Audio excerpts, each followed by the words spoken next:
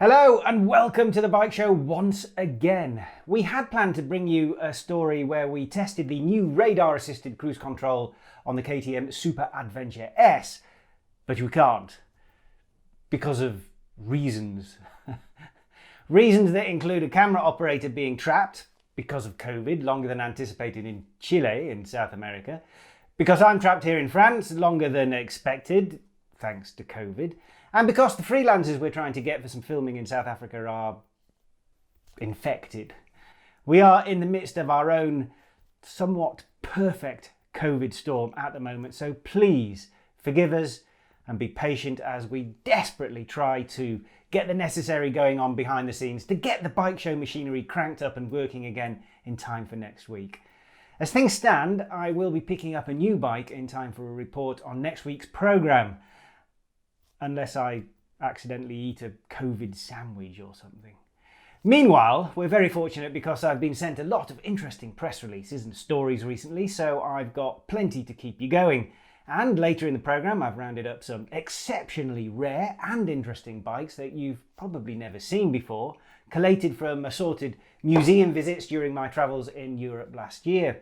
There's also another very useful tyre tip from Bruce at Bike Tyre Warehouse and an update from Fire It Up.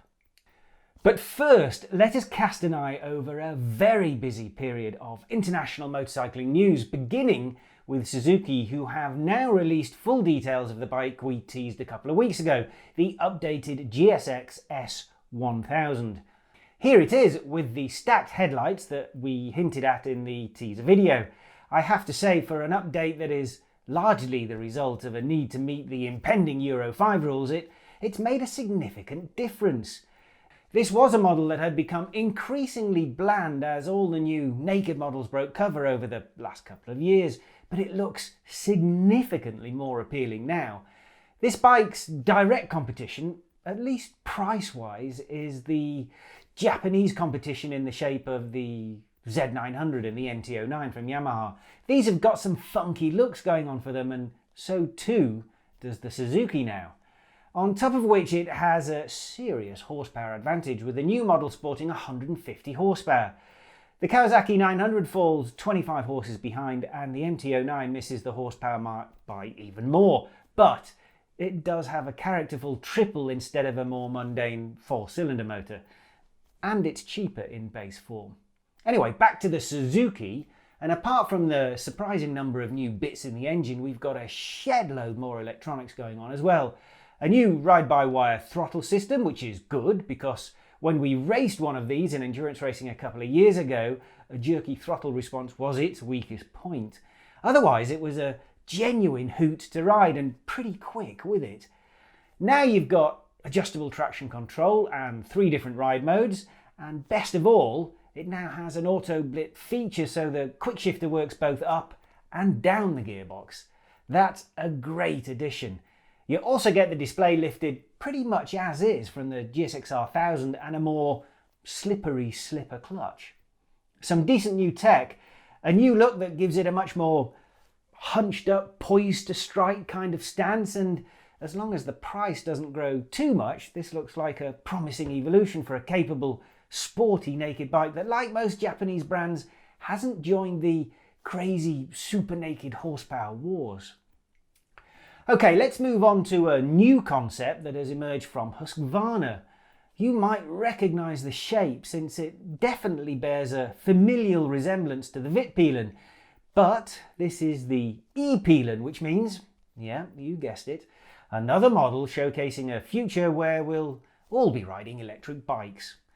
This is no performance beast though, it's more along the lines of the 125cc Svartpilen that showed up earlier this year. And although this is supposedly a concept, all indications are that it is in fact essentially a production-ready bike, so we could possibly actually buy one later this year or maybe early in 2022. This first salvo from Husqvarna, or really Piera Mobility, the man behind KTM and Husky and GasGas, who has formed this company in partnership with Indian giant Bajaj, that is already involved in bike projects with KTM, remember. These will be a range of small capacity commuter bikes in the equivalent 50 to 125cc segment. They will all work off a 48 volt platform, and this one features a sort of middle of the range 8 kilowatt power output, which is about 11 horsepower. You're looking at a range of 100 kilometers, which might not seem much, though it is more than enough to cope with an average day's worth of commuting. But the major point of interest is the use of swappable batteries. The positive element of that, once the infrastructure is in place, is the option not to plug in and wait for an hour or however long your charge takes, but to remove your battery, say something the size of a 4 or 5 litre canister of oil, and deposit it in some sort of vending type machine, and then in turn remove a fully charged unit to fit into your bike. Hey presto, full range inside, what, a minute or two to do the deed. There's bound to be some jostling for position between the manufacturers, but if they can all standardise these battery packs so that they work whether you're riding a Honda or a Husqvarna or a Hero, this could be an answer to the time wasting currently involved in waiting for your electric bike to be recharged. Okay, from one concept that looks just about ready to go, how about this amazing looking concept that I confidently predict will never happen? It's from Segway. Yes, this Segway company. And it's the Apex H2 that combines hydrogen and electric power and will, apparently, be ready for sale in 2023. Of course it will. Segway was bought out by a Chinese company 5 or 6 years ago, so there could well be some serious intent and proper resources behind this. But I'm still far from convinced, though the artwork for this Tron-like design is quite intriguing. Enough of that nonsense, let's rather celebrate a two-wheel birthday. Vespa has just turned 75 years old, which is pretty impressive for a manufacturer whose first model was a bit of a mash-up designed to get people moving for as little money as possible. Something that definitely isn't the main focus of Vespa these days. They are now the Rolls-Royce equivalents of the scooter world. In 1946, when the first Vespa appeared, after being worked on for 2 years by Enrico Piaggio, son of Rinaldo Piaggio, the boss of Piaggio, it was envisioned as affordable transport in a country largely flattened as a result of the Second World War. The end of that conflict also signalled the end of Piaggio's factories churning out military aircraft, so they needed something else to build. It was a simple design, a step-through scooter where the metal bodywork also formed a large part of the actual structure, and a basic single-cylinder engine at the rear with a single-side swing arm at the front. That's pretty much what is still being built today, but now it's a luxury good for customers who probably wear other designer Italian labels, drink Frascati white wines and say "ciao baby" quite a lot, even though they come from Boxburg. There are obviously some celebratory 75th anniversary models where you can pay even more for your Vespa and have some nice stickers and bit of extra chrome.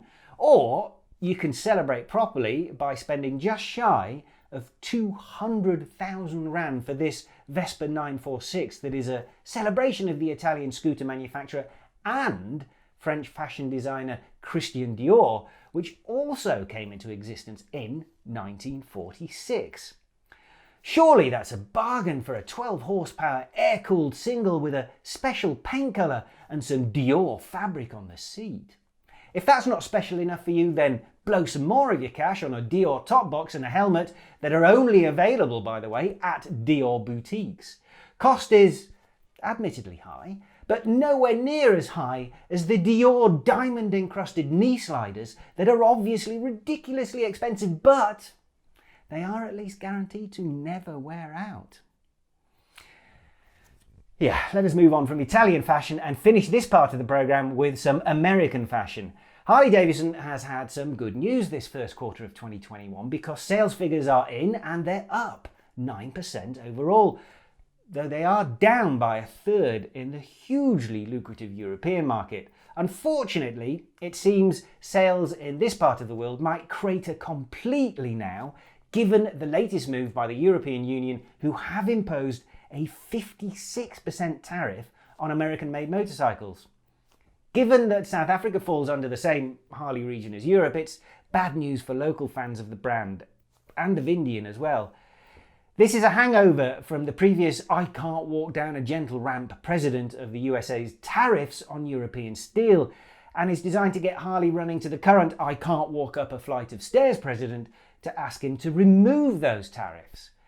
Joachim Zeitz is the top man at Harley, and he has been wailing that this is the very antithesis of free and fair trade, which is a bit rich coming from a company that owes a lot of its actual existence to the fact that it was protected from competition in America by tariffs it asked the local government to impose on foreign motorcycle imports.